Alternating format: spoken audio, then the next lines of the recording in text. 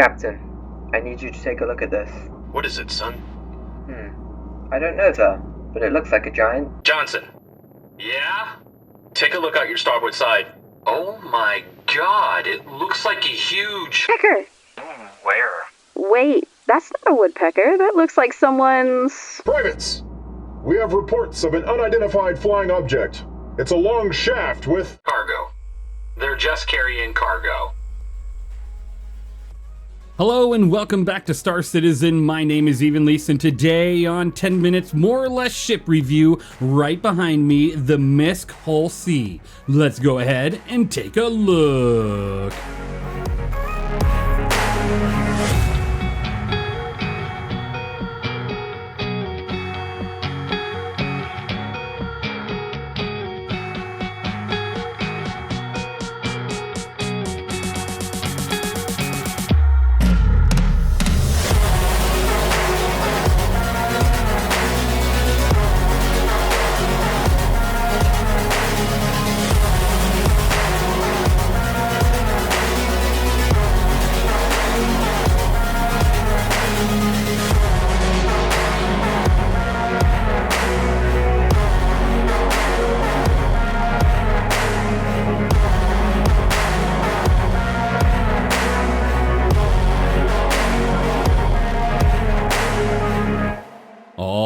Welcome back to another review. Thank you, What124, Cypher 1, Archangel 8, WinRAR 42, and RC the Vixen for joining me today on the review. Truly amazing, and I appreciate every single one of you.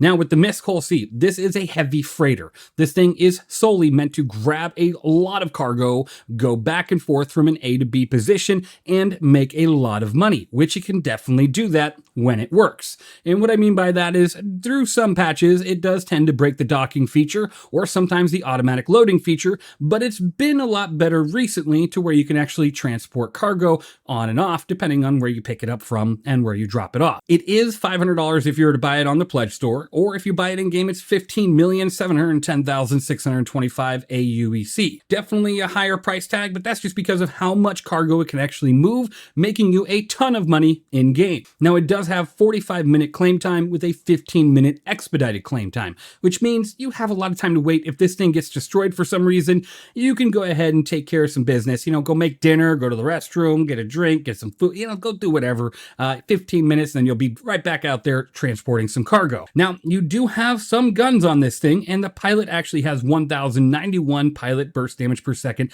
due to the two size 3 CF337 Panthers with an 1,800 meter a second round speed at the front of this craft. It's right under the nose of the cockpit, but honestly, I really don't know why the pilot has any control of any guns. This thing is so slow and not maneuverable, you're not going to really be able to do anything with that. It doesn't matter what attacks you, that is not going to be any help in any regard.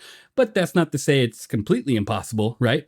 Now, you also have two remote turrets that give you a total of 2,183 burst turret damage per second. And again, they're remote. They come with 4 size 3 CF337 Panthers, which is good. It's a decent amount of firepower, but there is a very crucial problem with this ship when it comes to these turrets, and that goes for the remote turrets tractor beams as well. There is 3 seats in the bridge of the ship, which we'll be taking a look at here shortly. You have the pilot seat, you have the co-pilot seat, and you have the captain's seat. Now, the pilot seat controls the ship, the co-pilot seat controls the guns. So the problem is that the co-pilot only has access to one turret at a time, and I checked the settings, and you can technically swap between each remote turret using A and D, but when trying to do that, it wouldn't work. So it just wouldn't work, and I tried to change the key, and changing the key wouldn't work, so the key bind wasn't working. So what that means is while you're sitting there and you're in the camera view of one of them, you have to hop out of that camera view just to switch the turrets, which is really annoying. It is really annoying,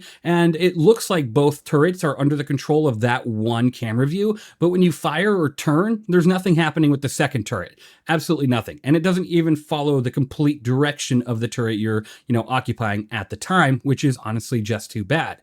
So it makes it really difficult to actually defend this ship. I really believe there should be more seats in this craft to help with a lot of these remote turrets. Now, the defensive nature of the ship, it should be 180,000 shield due to the 4 size 3 Stronghold Industrial Grade C shield generators. But currently, the way that they have it implemented is actually bugged, and it only takes, in fact, the 2 shield generators generator, so you have 90,000 quadrant shield at the current time. In the future, you're supposed to have all of that shield strength stacked together, but only able to regenerate 2 at a time, because only 2 at a time can do so. It's kind of their new shield thing, which is not making too much sense yet, but hopefully we'll get more explanation down the line. Now, you also have 36,000 ship armor on this ship, allowing you to take a little bit of damage before you have to worry about component damage or hull damage altogether, which is nice. I always like that. And then you have a total of 325,500 ship HP. So by no means is this ship weak at all. And that's good, because it's an industrial cargo hauling machine that has a lot of money on it, and you don't want it to just be destroyed within a matter of seconds, right? Now, with that shield, it does have an 8.3% physical resistance and an 81.6% distortion resistance. With the armor, it's a minus 15% physical damage resistance and a plus 30% energy damage resistance. Now, with the ship itself, you do have a penetration physical damage reduction of 30%, a penetration energy damage reduction of 50%, and a penetration fuse damage reduction of 30%. Now, you also have a penetration component damage reduction of 10%. Honestly, the defensive side, it's fine. I think the turrets are a real disadvantage, especially both of them are up top. There's no underneath coverage. There's not much of a side angle coverage. If you're gonna have guns on a ship like this, I was hoping that they would be spread a little bit differently. And with the size of the ship, if you're going to add guns at all, you should be adding some PDCs as well. Taking a look at the ship speed, you have 110 SCM, a 290 forward boost, a 100 backwards boost, and an 890 nav speed. So this thing by no means is quick at all. It is very slow. It's a very slow ship because it's a very big ship. And something to really stress, if you have a loaded cargo in this, do not go into a heavy atmosphere like Microtech.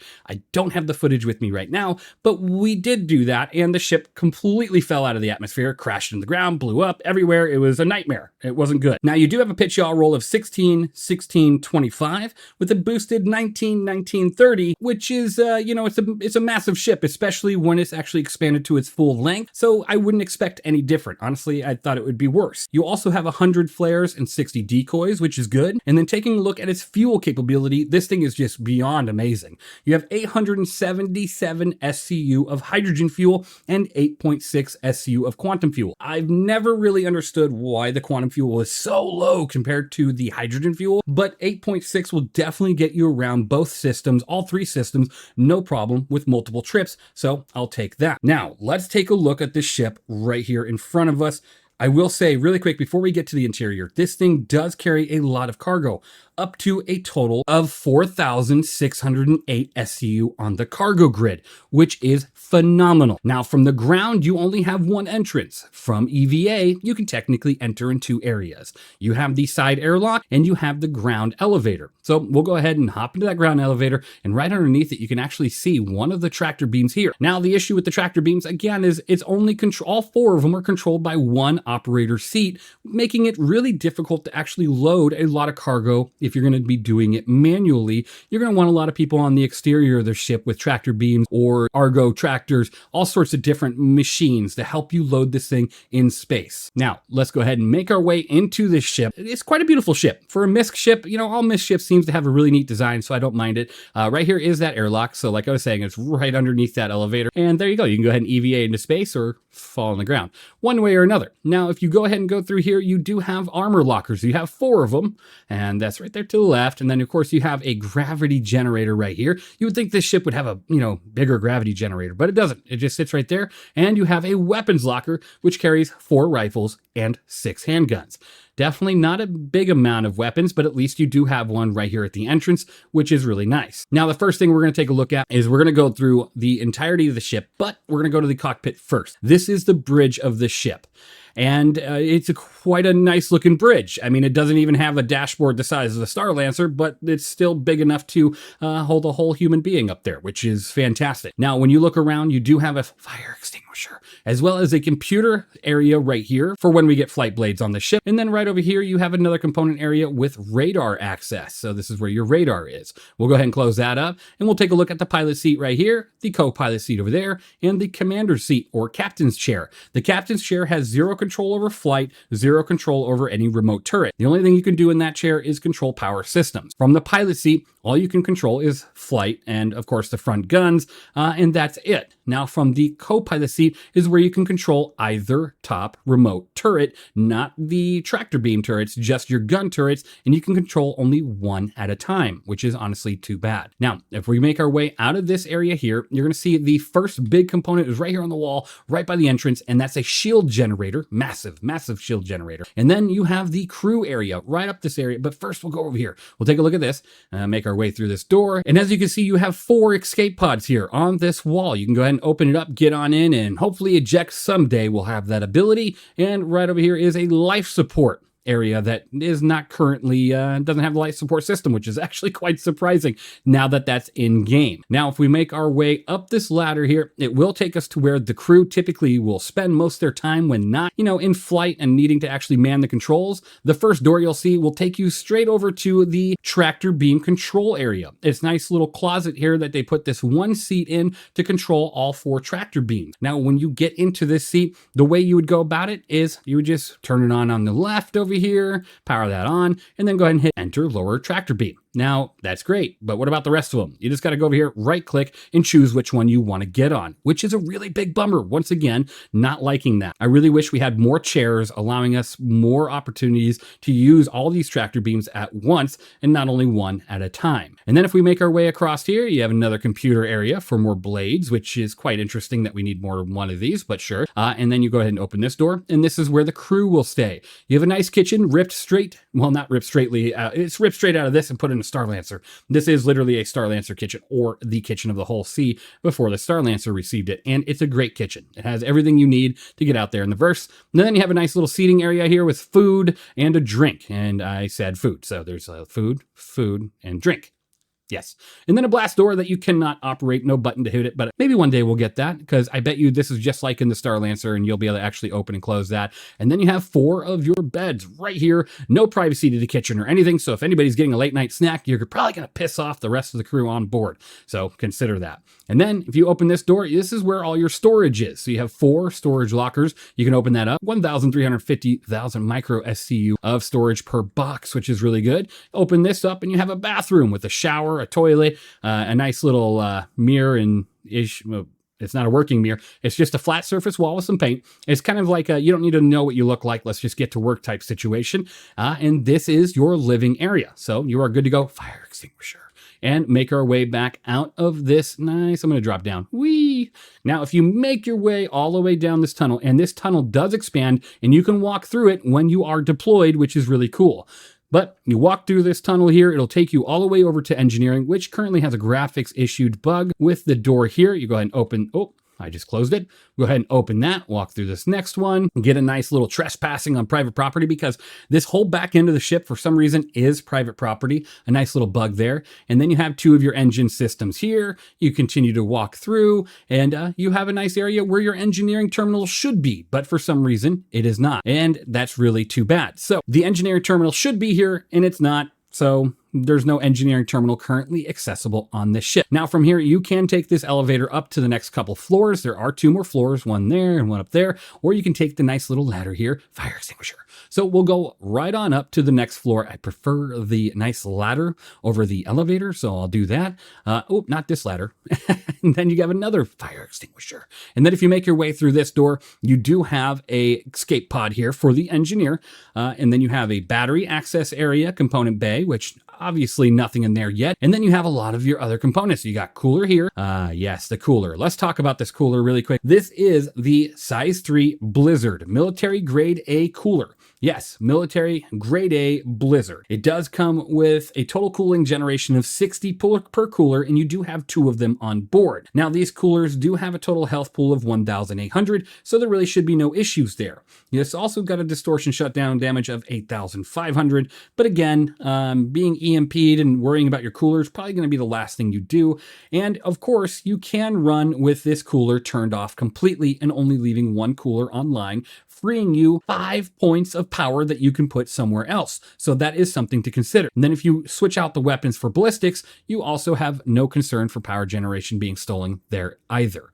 Now let's move to the next one here. You have another one right over here. This is a power plant. The power plants that you have on board here are the 2 Centurion military grade C power plants with a 24 max power generation, and they do have a distortion shutdown damage of 10,000. They are military grade Cs, a 10,000 distortion shutdown with a health pool of 2,100 per component. So it's probably a good chance you're not going to lose any of these anytime fast. But that's good to see that you do have 2 of them here. Now, if you turn right on around, you do have the cooler component bay here, another one, second one there. And then if you make your way over here, you have another engineering, the jump drive, as well as the quantum drive here, which is the comma industrial grade C. It has extremely fast speed, so nothing to worry about there. And then over here, another one of your shield generators. Now, you do have 4 of these shield generators. They are the size 3 Stronghold Industrial Grade Cs. Now, these things do output 45,000 quadrant shield each. With that, they do have a max regen of 3,848 with a damage regen delay of 6.5 seconds, a down regen delay of 12.1 seconds, as well as a total power consumption of 5 each. Now, they also have 1,400 component health per generator, which isn't terrible at all. And again, you have 4 of them. So it's a lot of shield generation, which is fantastic. Now, that would be the end of the engineering area. It is a very pretty looking area. But then if you make your way up through the next, floor, you go ahead and go through this ladder here, of course, and it takes you up to another EVA access point. Because surprise, there's actually 2 of them. So when you get up here, you have another fire extinguisher, and then you have another EVA access point right outside this door, which it does look really good. And I do like that. So more EVA access points, the better. And then right here is the engineer's suit locker. Overall, I think the MISC Hull C is a fantastic heavy freighter, and it's really the only one we have in the game right now with this much cargo capability. With that in mind, it does the job really well when it works. It does have some graphical issues. The engineer terminal isn't there. You sometimes fall out of this ship during quantum travel, which is never good, right? And that does happen with other ships as well, like the Raft. It happened before, it happened with the Vanguards, so it's just a collision issue that they're fixing throughout the ships as they go. And of course, it's quite a phallic design if you're looking at it on radar or just out there in space in general. Otherwise, it's a fantastic ship. I think it's got a lot of potential in the future, especially when the bigger variant comes out and then the smaller variant comes out. The Hull A is a lot of fun. This ship for me is a 79 out of 100. While I say a 79 out of 100, it still is a fantastic heavy freighter. And if you're looking to do big cargo running, making a lot of money, this is definitely the ship to go for. It is a ton of fun. It's a big ship. But remember, when you're out there doing those big cargo hauls, do not go from point A to point B. You have to change your course. If you're at one point and you need to get to the other point, make a couple extra jumps, right? Jump to other areas that won't always be cut off by pirates and take care of your cargo, because it is a lot of money that you're risking out there and you want to make sure you keep it safe. Let me know what you think of the Hull C down in the comments below. Thank you for watching. Thank you for being here. You all are truly amazing. And of course, I'll catch you all in the next one. If you're building a new PC, go through longshipindustries.com, a veteran-owned mom-and-pop business that takes pride in every single build. He built my personal rig, which you can actually see featured on the website. The care, warranty, and customer support are top tier. Trust Longship Industries for your next build.